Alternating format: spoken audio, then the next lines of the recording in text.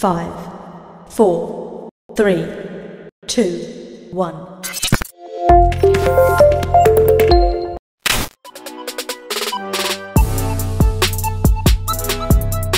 Assalamualaikum para penggila catur. Selamat datang kembali di channel Mesin Catur. Bersama saya Bang Kemal. Kalian semua bisa memanggil dengan menyingkat nama saya menjadi Bangke.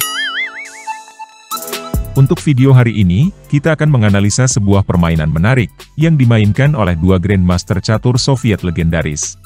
Partai antara Boris Spassky melawan David Bronstein. Pertarungan ini terjadi pada tanggal 18 April 1956 di Amsterdam, Belanda. Tak usah memikirkan debt collector yang sedang mengawasi rumah akibat nunggak bayar tagihan pinjol, langsung saja kita menuju ke pengadilan. Salah, maksudnya kita menuju arena. Yo gasken mang. Boris Spassky memegang buah putih. Sedangkan David Bronstein memegang buah hitam. Dan saya, memegang buah semangka, tanpa biji. Spassky bermain dengan pion menteri. Dibalas Bronstein kuda F6. Lalu C4. G6. Kuda C3. Gajah fianchetto. E4. D6. Dan F3. Kini kita berada dalam pertahanan India Raja, variasi Samis. Hitam lanjut dengan mendorong pion ke petak pusat. Putih membalas pion lewati pion. Diikuti kuda melipir ke H5, membuka jalur miring buat menteri, melakukan invasi ke H4. Disusul gajah keluar kandang, menguasai diagonal gelap yang kosong. Lalu kuda A5, menteri D2. Hitam mulai melakukan serangan, dengan mengirim menteri ke H4, skak. Tentu saja, putih bisa menutupi raja dengan gajah, tetapi dalam permainan ini, Spassky menutupnya dengan pion G3. Sebuah langkah provokatif dari putih, karena ini menantang kuda, untuk mencocol pion G3. Hitam menerima tantangan, kuda ambil pion. Sebelum kita lanjut, ada langkah yang menurut mesin catur, langkah yang lebih baik. Langkah itu adalah, menarik menteri ke E7. Jika kuda ke E2, pion akan serang pion. Gajah G2. Pion terus melakukan serangan, kali ini, gajah yang jadi sasarannya. Lalu pion makan, kuda makan, menteri skak. Raja mingser ke D1, kuda ambil kuda, gajah ambil balik, hitam rokade. Gajah mundur serang menteri, menteri mundur satu langkah. Raja C2, gajah mengajak peraduan. Gajah makan, menteri makan, pion A4.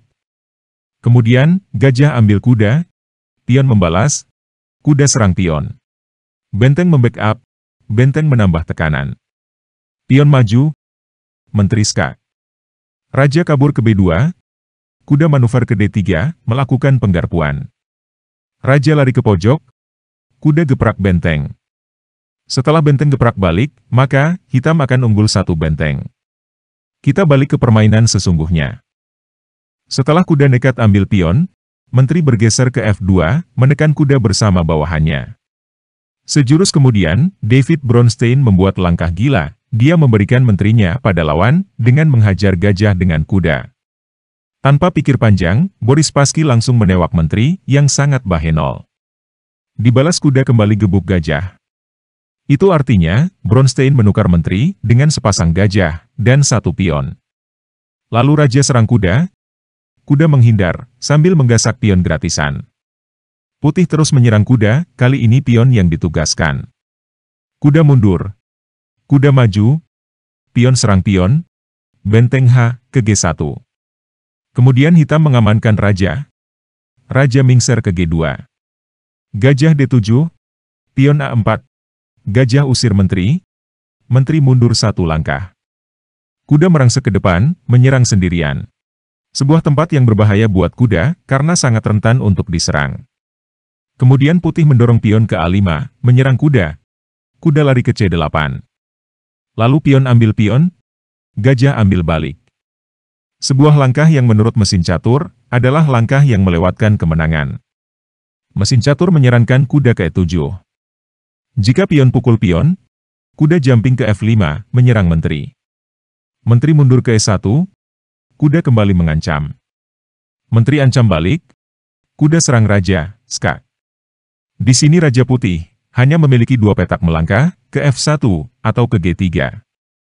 Jika raja ke F1, gajah akan menyerang ke H3, skak. Tak ada yang bisa dilakukan, selain benteng menghalangi, gajah langsung sikat benteng, skak. Raja hanya bisa melangkah ke G1, akan diikuti kuda cocol pion, skakster. Raja makan gajah, dan setelah kuda gebuk menteri, hitam pasti akan menang. Itulah akibatnya, jika raja melangkah ke F1. Bagaimana kalau raja maju ke G3? Kuda akan jumping ke F5, skak. Raja maju ke G4. Bocah ingusan serang raja, skak. Raja mundur ke H3. Kuda jumping ke E3, open skak. Jika raja ke G3, maka pion H4 akan skakmat. Oleh karenanya, langkah yang paling baik dari yang terburuk, benteng menghalangi. Gajah maju ke G5, membiarkan benteng menyerang pion untuk skak. Kuda membackup.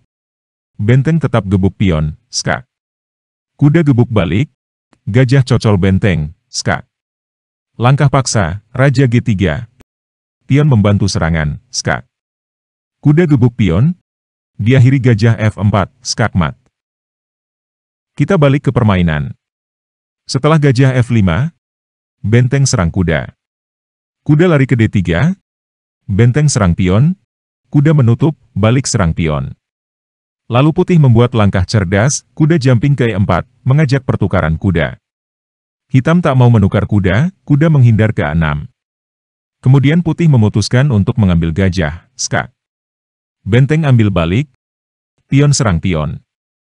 Hitam merespon dengan pion lewati pion, dijawab kuda C3, menekan pion bersama benteng. Hitam cuek, hitam memilih mengaktifkan kuda ke E7. Benteng menambah tekanan. Hitam masih tetap cuek, lalu benteng bergeser ke F8. Dibalas pion B4, memperkuat sesama pion. Pion serang pion, kuda ambil anak. Gajah ambil balik. Benteng membalas, berbalik menyerang kuda. Kuda timpa pion, benteng serang benteng. Kuda mundur ke C7, benteng sikat benteng, skak. Raja ambil benteng, raja mengamankan diri, ke H1. Kemudian benteng maju, menteri bidik pion. Kuda membackup, menteri mundur ke F2, mengincar A7. Kuda kembali melindungi, menteri bergeser ke E2, mengancam skak, di E7. Kuda coba menutup, pion maju mengalihkan perhatian. Lalu pion makan, menteri skak. Raja hanya bisa lari ke G7. Menteri cocol pion.